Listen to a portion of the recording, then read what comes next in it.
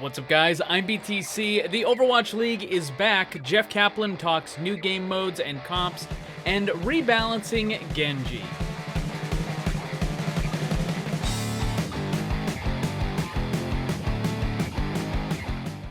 The Overwatch League is back, and this year there's going to be some changes to the schedule and also how you can get the Overwatch League tokens to unlock some of those special team skins.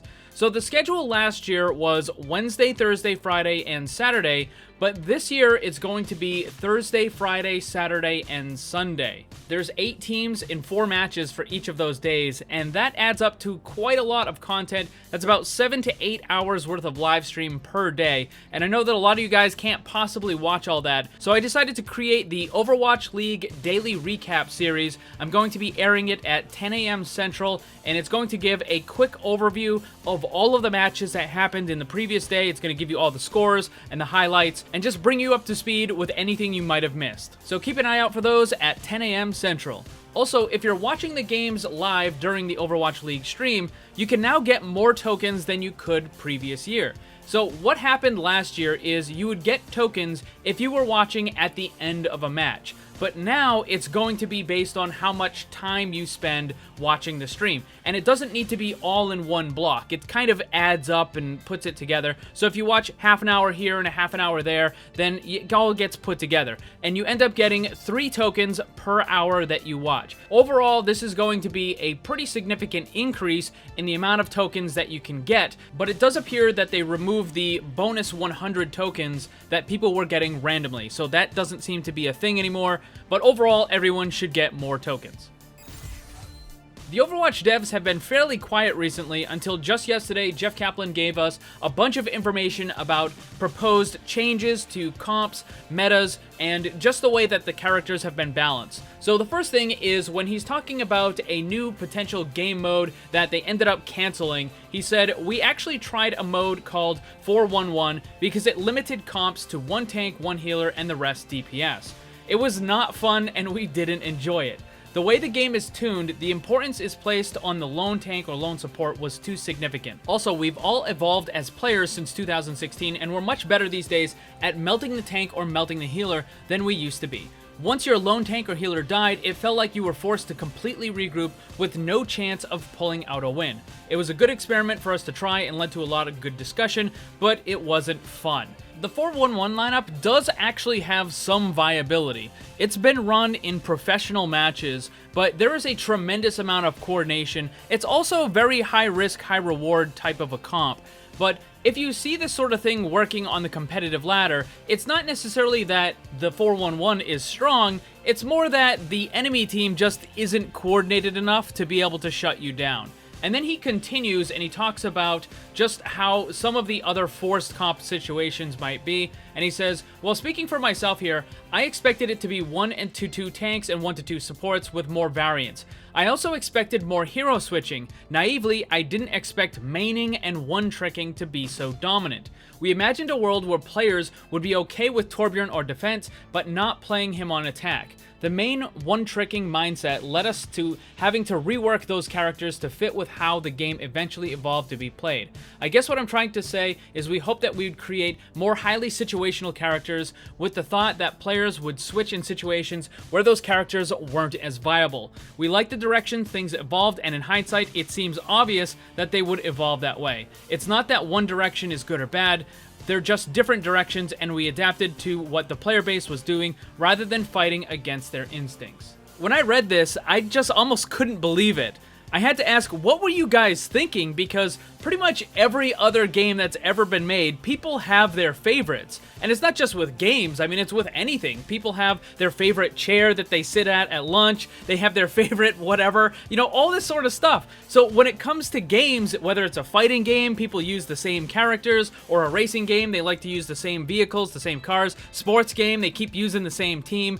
So I don't understand why he thought that they would just constantly be switching. With other games, there is a little bit of an ease when you're going to switch from one thing to the next. When you're talking about Overwatch, where some characters are wildly, drastically different from how they function and how they're played compared to some of the others. And I'm not referring to just switching characters among different roles from a DPS to a tank. I'm talking about even characters within the very same role function wildly different. A Genji is very different from a McCree or a Mei. They're completely wildly different characters, and you can't just seamlessly go from one to the other. On the topic of switching characters frequently, there's a couple of things that I want to point out. First, their entire matchmaking system de-incentivizes switching characters frequently, because if you're Platinum and below, the more you switch during a match, the less SR you get for a win, and the more SR you lose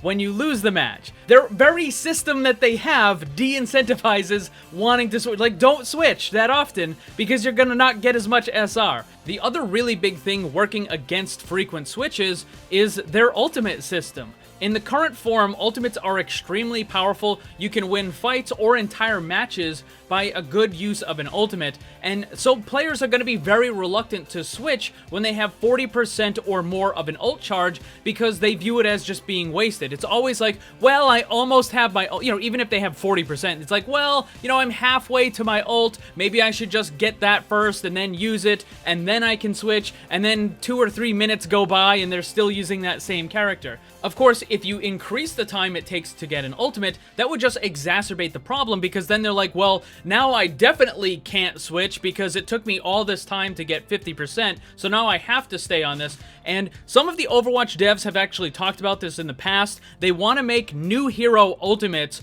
less powerful. They want to make them more like Tracer, where it has a nice little kind of minor impact on what's going on, but it's not like a Zarya Grav, where it just completely changes the outcome of the fight. And if they do go with that route, all of the new heroes they release with that kind of idea are going to have substandard ultimates compared to the legacy or the original heroes.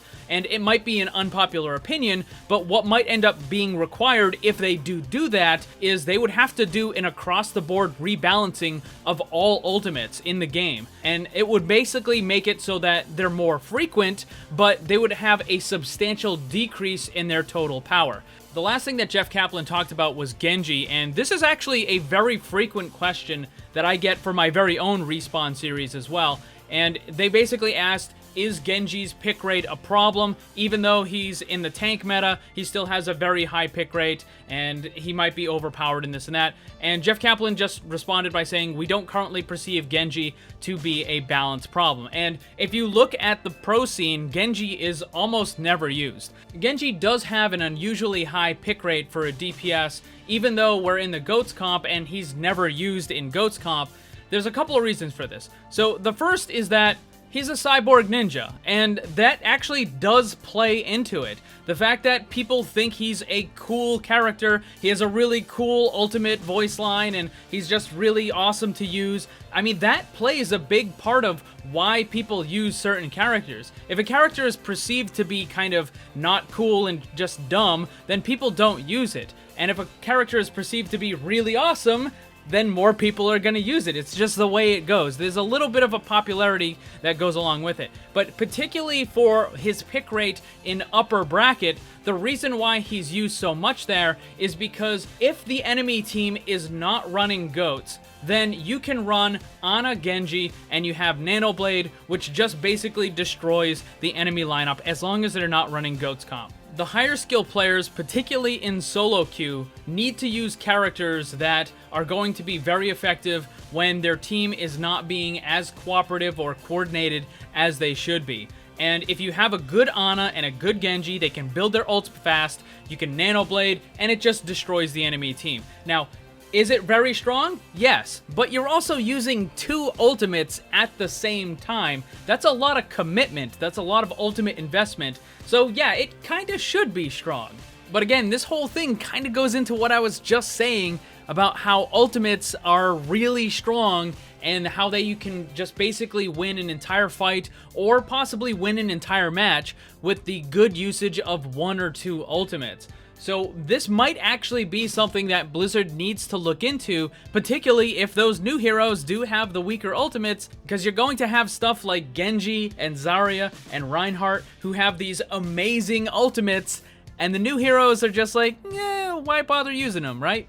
That's going to be all the news for today, and once more, quick reminder that the Overwatch League daily recap is going to be at 10 a.m. Central the following day, so if you miss any of the previous day's matches, it's a really good way to catch up on what you missed. Thanks for watching, and if you'd like to see more, subscribe and hit that bell so you don't miss anything. Also, come hang out in my Discord server and my Twitch live stream. Special thanks to my Patreon supporters. If you'd like to see what kind of cool VIP rewards you can get, check the links down below. And remember, always blame the controller, because it's never your fault.